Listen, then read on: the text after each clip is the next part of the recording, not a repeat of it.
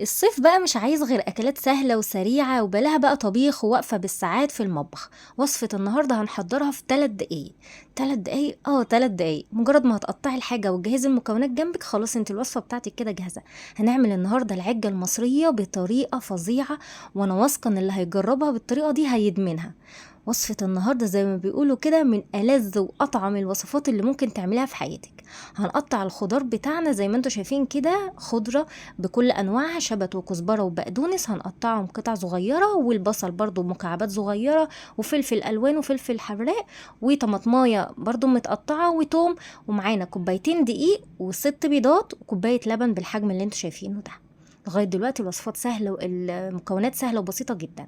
التوابل معانا بابريكا وشطة وكزبرة ناشفة وفلفل أسمر وملح، وكمان اللهم صل على النبي، واحدة مرقة دجاج. يبقى بابريكا وكزبرة ناشفة وفلفل أسمر وشطة وملح وواحدة مرقة دجاج نكون فرقينها كويس. تمام، لغاية هنا مكونات سهلة وموجودة في كل بيت، ومش محتاجين أي حاجة من بره. دي كده كده في البيت، والبيض وإن كان على الخضرة ابعتي الواد حموك شبلك يجيب الخضرة من بتاع الخضار وخلاص.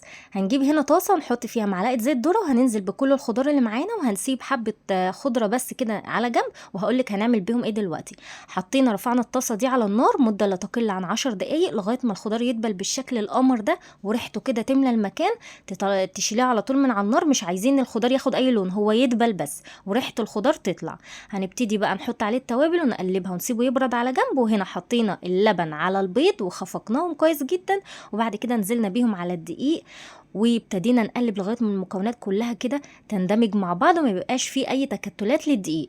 وبعد كده حبه الخضر اللي كناهم على جنب حطينا منهم جزء هنا معانا في الخليط بتاعنا ده، البيض واللبن والدقيق، ونزلنا عليهم بالخضار اللي طالع ريحته كده مفحفحه في المكان. والخليط بتاعنا بقى بالشكل القمر ده. هنجيب طاسة مدهونة معلقة سمنة وننزل فيها بالخليط القمر السكر ده. الريحة عايزة اقول لكم كانت قلب المطبخ، والله والله بدون مبالغة. يعني عايزه اقول لكم الصينيه دي اتنسفت في وجبه واحده، بسم الله ما شاء الله. وبألف هنا وشفا للي هيجربها، بس انا واثقه ان اللي هيجربها هيدعيلي، لانها من احلى والذ واسرع واسهل الوصفات.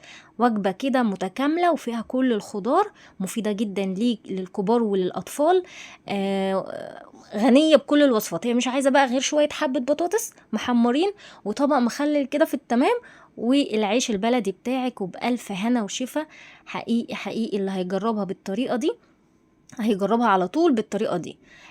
غير لما الخضار يتحط ني في ني. عايزة اقول لكم الطريقة دي، او ان تدي الخضار تشويحة او بلانشيه على البوتاجاز بتاعك، صدقوني التكة دي هتفرق وهتنقل الوصفة بتاعتك والعجة بتاعتك في حتة تانية خالص. زي ما انتوا شايفين كده بتطلع على طول بسهولة من الصينية زي القشطة، ما فيهاش اي حاجة لازقة ولا اي حاجة. ونبص بقى على الجمال ده، حاجة كده في منتهى الروعة، زي ما بيقولوا كده وصفة ولا يا ولا تستاهل بقكم بجد. ان شاء الله اللي يجربها تنول اعجابه.